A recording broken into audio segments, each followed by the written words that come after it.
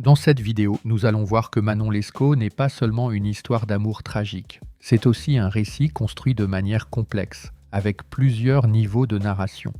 Dès la vie de l'auteur, le texte annonce un exemple terrible de la force des passions et présente l'histoire de Desgrieux comme un récit transmis au lecteur. Comprendre cette construction, c'est mieux comprendre la force du roman et se donner des repères très utiles pour le bac. Littérature, c'est l'heure de littérature. Première idée essentielle, le lecteur n'accède pas directement aux faits. Il ne lit pas l'histoire de Manon et Desgrieux comme si elle se racontait toute seule. Il la découvre à travers une construction narrative précise dans laquelle une première voix introduit, encadre, puis transmet le récit d'une seconde voix. Le roman se présente donc comme une histoire recueillie, écrite et transmise. Le roman commence par ce qu'on appelle un récit cadre. Le premier narrateur est Renoncourt, l'homme de qualité. C'est lui qui ouvre le récit. C'est donc lui, d'abord, qui guide le lecteur, qui présente la situation et qui va donner sens à ce qu'il raconte. Ce n'est pas un simple témoin neutre, il annonce déjà une lecture morale et pathétique de l'histoire. Renoncourt rencontre Desgrieux une première fois à Passy. Je suis obligé de faire remonter mon lecteur au temps de ma vie où je rencontrai pour la première fois le chevalier Desgrieux. Il voit un jeune homme en détresse, lié au destin tragique d'une jeune femme arrêtée. Cette première rencontre est très importante parce qu'elle place d'emblée Desgrieux sous le signe du malheur, de la passion et de la pitié. Avant même de parler, il est déjà mis en scène comme un personnage pathétique. Cette première rencontre n'est pas seulement narrative, elle engage déjà une relation humaine. Renoncourt aide matériellement Desgrieux. Il lui donne de l'argent, il paie même les archers pour qu'ils puissent rester près de Manon. Autrement dit, dès l'ouverture, Desgrieux apparaît non seulement comme un amant malheureux, mais aussi comme un homme secouru par le narrateur cadre. Puis le récit cadre reprend plus tard. Renoncourt retrouve Desgrieux à Calais. Je crus apercevoir ce même jeune homme dont j'avais fait la rencontre à Passy. Cette seconde rencontre est décisive, car cette fois-ci, Desgrieux n'est plus seulement vu de l'extérieur, il va parler. C'est le moment où le roman change de niveau narratif. Alors, il faut bien voir un point important. Desgrieux ne raconte pas son histoire dans le vide. Non, Renoncourt l'accueille, le loge, le nourrit, lui témoigne de la bonté. Donc, le récit naît dans une relation de confiance, d'assistance et de compassion. Desgrieux raconte parce qu'il est écouté, secouru et aussi parce qu'il veut être compris. Desgrieux accepte alors de raconter ses malheurs, mais aussi ses désordres et ses faiblesses. Son récit a donc plusieurs dimensions à la fois.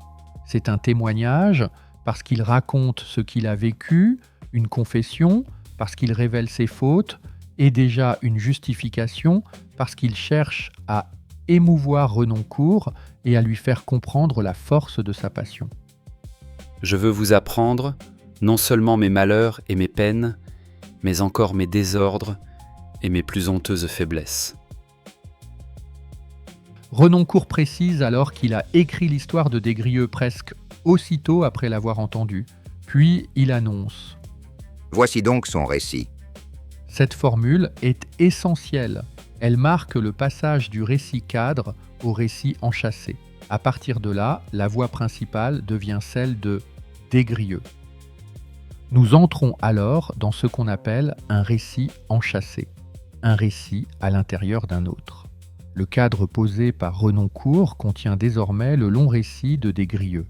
C'est donc une structure à deux niveaux. Une première voix encadre, une seconde raconte.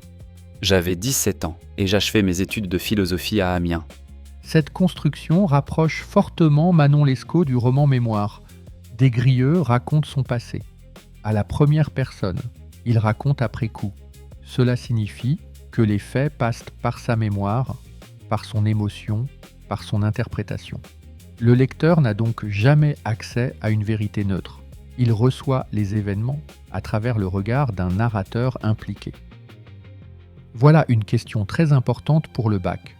Desgrieux raconte-t-il les faits de manière objective? La réponse est non. Il parle en amoureux blessé, en homme qui souffre encore, en narrateur qui cherche parfois à se défendre, parfois à se faire plaindre, parfois à justifier ses choix. Son récit est donc profondément subjectif.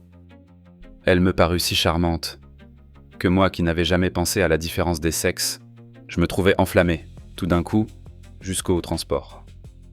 Il faut ajouter un point très intéressant.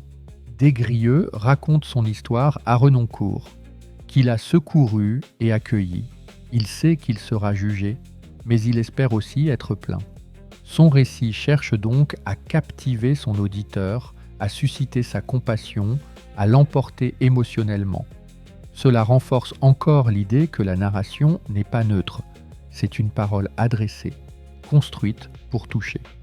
Passionné, ému, je suis sûr qu'en me condamnant, vous ne pourrez pas vous empêcher de me plaindre. Cette structure produit plusieurs effets en même temps. D'abord, elle donne au roman une grande force de témoignage. On a l'impression d'entendre une voix vivante. Ensuite, elle renforce l'émotion et la compassion, parce que l'histoire est racontée de l'intérieur par celui qui l'a vécue. Mais en même temps, elle invite à garder une distance critique. Puisque Desgrieux raconte lui-même, il faut toujours se demander comment il présente les faits. On peut donc résumer la structure du roman ainsi. D'abord, Renoncourt rencontre Desgrieux, puis il le retrouve. Ensuite, Desgrieux raconte lui-même son histoire. Enfin, Renoncourt transmet ce récit au lecteur. C'est cette construction enchâssée qui donne au roman sa profondeur narrative. Pour le bac, retenez surtout 5 idées. Manon Lescaut repose sur un récit cadre. L'histoire principale est un récit enchâssé. Le roman prend la forme d'un roman mémoire. Desgrieux raconte à la première personne. Enfin, sa parole est subjective. Ce sont ces repères qui permettent de mieux comprendre le texte, à l'oral comme dans un commentaire. Dans la prochaine vidéo, nous reprendrons Manon Lescaut du début à la fin en suivant les grandes étapes du récit. Rencontre, passion, séparation, retrouvailles, fuite, drame final. Nous reconstruirons ensemble le parcours des personnages pour mieux comprendre l'œuvre et mieux la retenir pour le bac. Littérature, c'est l'heure de littérature.